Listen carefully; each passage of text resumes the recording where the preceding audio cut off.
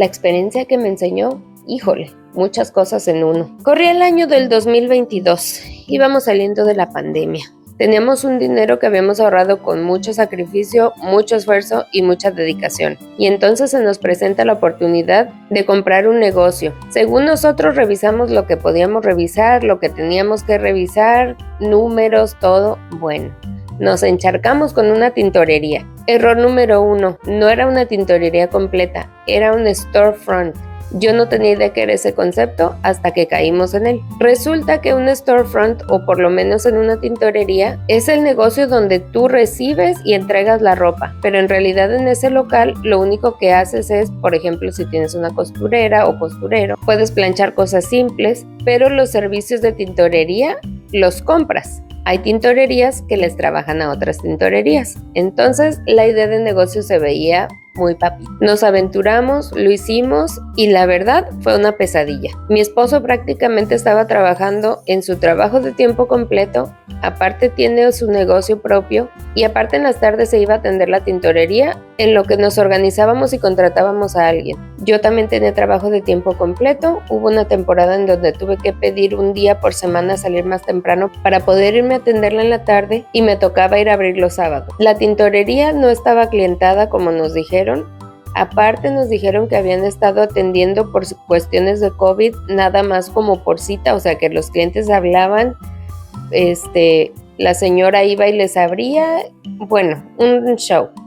Total que no era verdad, la lista de clientes ya ninguno casi era cliente. Abrimos y casi lo único que se paraban eran las moscas. Muy poco negocio, hicimos lo que pudimos de anuncios, en el Facebook, volanteamos, todo lo que pudimos hacer lo hicimos. Y claro, nos habíamos quedado sin los ahorros porque fue lo que nos costó comprarla y empezar a hacerla jalar porque hubo que invertirle en algunas cosillas para que empezara. Aparte el contrato del local fue por 3 años, entonces teníamos que cumplir ese compromiso.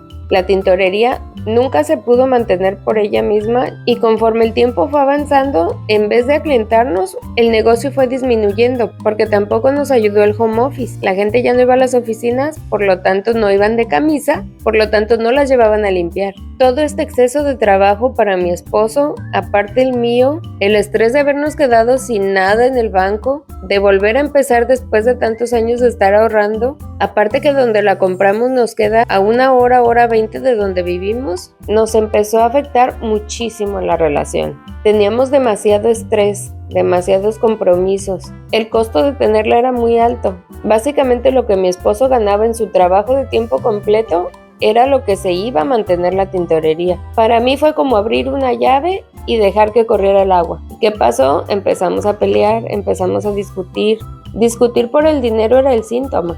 El verdadero problema era la tintorería que teníamos que sacar adelante. Y obviamente del tiempo mejor ni hablamos. No nos veíamos, cuando nos veíamos discutíamos, estábamos siempre estresados, mi esposo siempre estaba cansado, yo estaba sola y estaba siempre preocupada de pensar que él estaba ya haciendo muchísimo y a mí mi trabajo, que es menos flexible, no me daba la oportunidad de ayudar al parejo. Fue un año de muchísima tensión en nuestra relación y la verdad, si no fuera porque ya teníamos construida una manera de trabajar juntos con nuestro dinero, yo pienso que nos hubiéramos divorciado. De verdad, fue un tiempo demasiado complicado para los dos. Empezó a caer el 20 que de repente peleábamos y la causa era la tintorería. Entonces yo empecé a buscar cómo nos deshacemos de ella y fue mi objetivo los últimos 6 meses. Empecé a platicar con el señor que nos rentaba, a quererlo convencer, a tratar de buscar maneras de cancelar el contrato versus seguir pagando el resto que nos quedaba del contrato aunque no usáramos el local.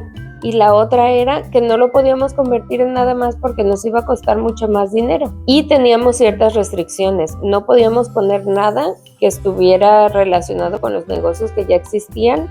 Lo más lógico para nosotros era hacer un restaurante porque a mi esposo es lo que le gusta y donde tiene experiencia. No tuvimos tampoco el permiso de convertir el local. entonces nuestras opciones eran demasiado pocas. Total, después de mucho buscarle, gracias a Dios, el señor que nos rentaba encontró una persona interesada y pudimos traspasar el local antes de tiempo. En total tuvimos ese negocio de febrero del 2022 a abril del 2024. Todo ese tiempo, literalmente nuestra llave estuvo abierta con dinero que solamente se nos iba. Creo que fue el reto más grande donde de verdad aprendimos a comunicarnos y a parar y a decir, a ver, ¿cuál es el problema? ¿De dónde viene? ¿Y cómo lo podemos solucionar? Creo yo que aprendimos a no culparnos también. Fue una prueba bien grande de trabajo en equipo. El costo de una decisión no siempre es financiera. A nosotros nos estaba costando el matrimonio, literalmente. Pero así como hay decisiones donde el costo no necesariamente es financiero, también hay decisiones donde las ganancias no son necesariamente financieras. Y aquí te pregunto, ¿tú tienes alguna historia de terror con alguna inversión o mal negocio que hayas hecho? Te leo en los comentarios.